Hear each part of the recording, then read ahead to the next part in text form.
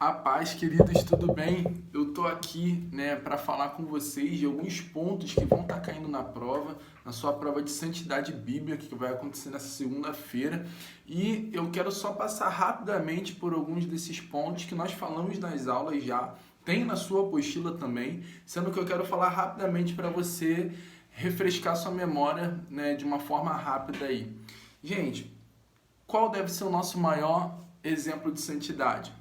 Qual deve ser o nosso maior exemplo de santidade? O nosso maior exemplo de santidade é Jesus, gente. Jesus, ele é o nosso maior exemplo de santidade. Você pode ter grandes referenciais de homens e mulheres de Deus na sua vida, como eu tenho também, sendo que o meu maior exemplo de andar em santidade, de uma vida de santidade por completo, é de Cristo Jesus. E ele deve ser o nosso alvo todos os dias, né?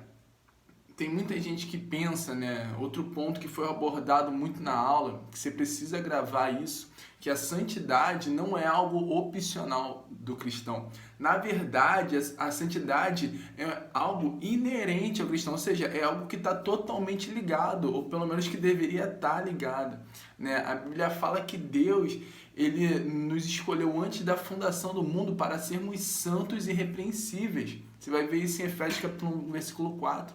Então, antes da fundação do mundo, eu e você fomos escolhidos para sermos santos e irrepreensíveis, amém?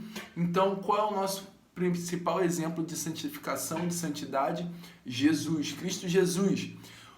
Segundo ponto, nós temos a opção de andar em santidade, nós temos a opção de não andar em santidade? Não, gente, é uma mentira. Nós fomos projetados, nós fomos criados para sermos santos, para andarmos em santidade. Então, andar ou não é uma opção.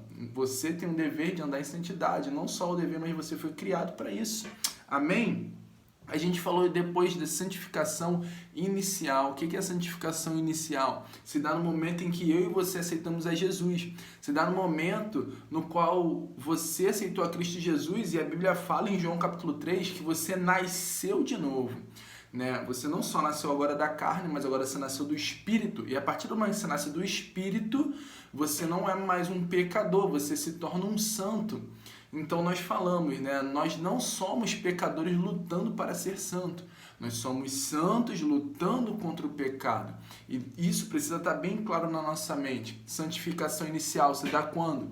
Quando eu aceito a Cristo Jesus. E o que ela me gera? Ou seja, ela me transporta de pecador, agora eu não sou mais um pecador, mas eu sou um santo. A santificação inicial é onde eu sou liberto. Na santificação inicial é onde a minha identidade é mudada, é onde eu nasci de novo, amém? Agora para viver de acordo com essa nova natureza,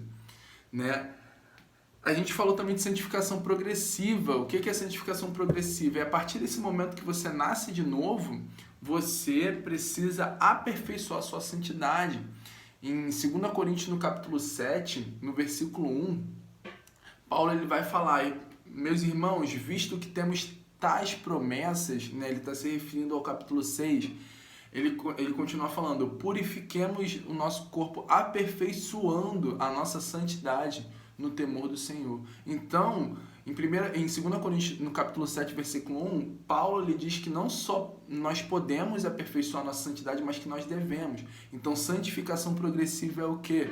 É esse processo da minha vida inteira, até a volta de Jesus. A partir do momento que eu aceitei Jesus, até a volta de Jesus, nesse período entre os dois, é a santificação progressiva, no qual eu e você somos aperfeiçoados todos os dias e devemos escolher todos os dias nos revestir do novo homem, ou seja, daquele novo nascimento que tivemos, nós devemos todo dia decidir andar com esse novo homem, andar de acordo com essa nova natureza que nós recebemos. Amém? E santificação final. O que é santificação final, querido? Santificação final, ela se dá no momento em que Cristo Jesus retornar para buscar a sua igreja. Em 1 Coríntios, no capítulo 15, fala que ao som da última trombeta, nós seremos transformados. Os mortos serão glorificados. Meu corpo, o seu corpo, quando Cristo voltar, será glorificado. Tanto é que Paulo fala: aquilo que é corruptível se revestirá da incorruptibilidade. Ou seja, o que é corruptível? Corruptível é a nossa carne, o nosso corpo natural, Isso é corruptível, né? Isso se corrompe, isso daqui envelhece, né? O cabelo cai, dá ruga, né? Pode dar algumas doenças no nosso corpo. Por quê? Porque é corruptível, né? Mas esse corpo será transformado na volta de Jesus, não de um corpo corruptível, mas da incorruptibilidade. E quando isso acontecer, que ocorrerá a santificação final. A santificação final, ela se dá nesse momento, na volta de Cristo Jesus para buscar a sua igreja. E o que isso gera? Qual é o benefício da santificação final? Algo maravilhoso. O pecado não terá mais influência, nem na minha vida, nem na sua vida. Nem ser tentados seremos mais, porque Cristo terá vencido a morte por completo, né? E o instrumento da morte é o pecado, né? A arma que a morte tem é o pecado. Então, como Cristo tragará a morte por completo, nós não teremos nem mais a influência do pecado, ou seja, nem mais ser tentado nós seremos. Isso se dá na santificação final. Santificação inicial, quando aceito Jesus. Recapitulando, santificação inicial, quando eu aceito Jesus, quando eu nasço de novo. Ou seja, eu tenho agora essa nova natureza, essa natureza santa. Eu não sou mais chamado de pecador, mas sou chamado de santo.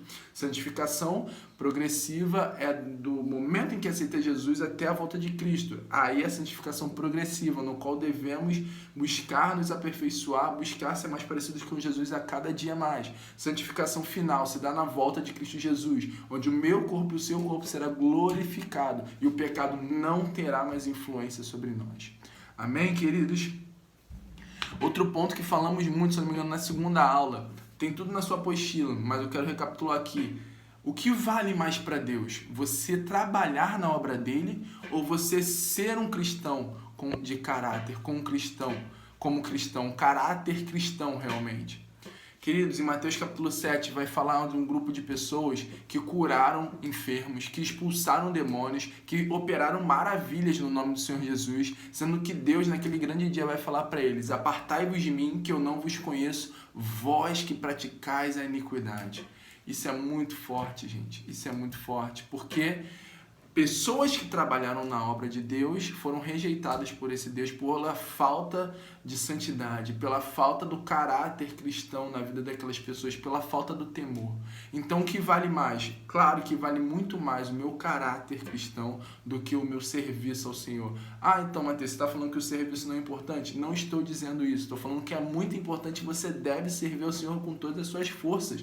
1 Coríntios capítulo 15, no último versículo, se eu não me engano, 58, Paulo ele vai falar que venhamos ser firmes, constantes e abundantes na obra do Senhor, né? Porque no fim das contas, quando estivermos lá com Ele, nosso trabalho não será em vão, não, nós seremos recompensados até por conta disso. Mas o que é mais importante do que o seu serviço é o seu caráter cristão. Reputação é diferente de caráter. Reputação é aquilo que as pessoas olham, aquilo que as pessoas falam de você. Caráter é aquilo que Deus fala de você. Caráter é quando ninguém está te vendo. Amém? E Deus ele se importa muito mais com o nosso caráter do que com a nossa reputação.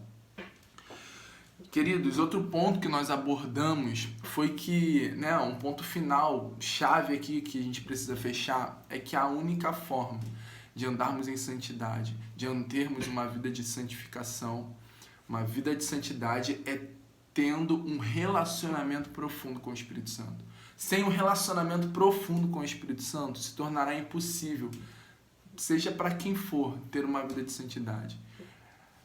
Se Deus, né, ele já intitula o Espírito dele como santo, se eu desejo crescer em santidade, eu tenho que me relacionar com quem?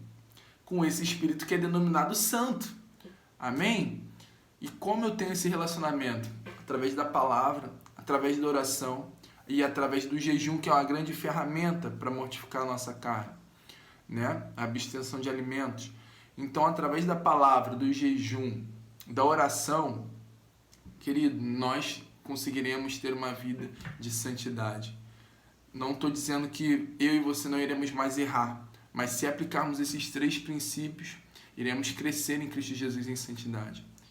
Amém, queridos? Esses foram os pontos, né? E esses serão os pontos que vão cair na sua prova, né? Mas espero que você não só assimile para fazer uma prova, né? Mas que você possa colocar agora essas verdades em prática e vivenciar isso todos os dias na sua vida como um cristão.